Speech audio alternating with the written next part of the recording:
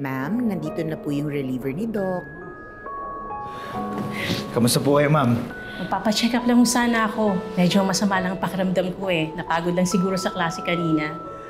Elementary school teacher po kayo, no? Yes, dyan sa public school. Alam niyo po, yung teacher ko nung elementary, kakaibang magmalasakit. Kapag ka nagkukulang po ako ng gamit, nag-aabot siya ng extra. O, Delphine, wala ka na namang papel. Palitan mo na rin yung lapis mo. Tayo na lang tong sa akin. Minsan po, kapag recess, nag-share po siya sa akin ng baon niya. Delphine, hati tayo sa baon ko. Dapat may laman ng tiyan pag nag-aaral. Simpleng malasakit para sa kanya, pero malaking tulong para sa akin. Tingnan mo naman, Iho. Doktor ka na ngayon. Grabe, ma'am. Ang tagal na po nating hindi nagkita, no? Ha, Dok? Ngayon ko lang kayo na. Delphine Bernardo? Grade 5 masikap? Doktor ka na pala! Aminin niyo po ito, ha? Tsaka, sa akin ho kayo lagi magpa-check up.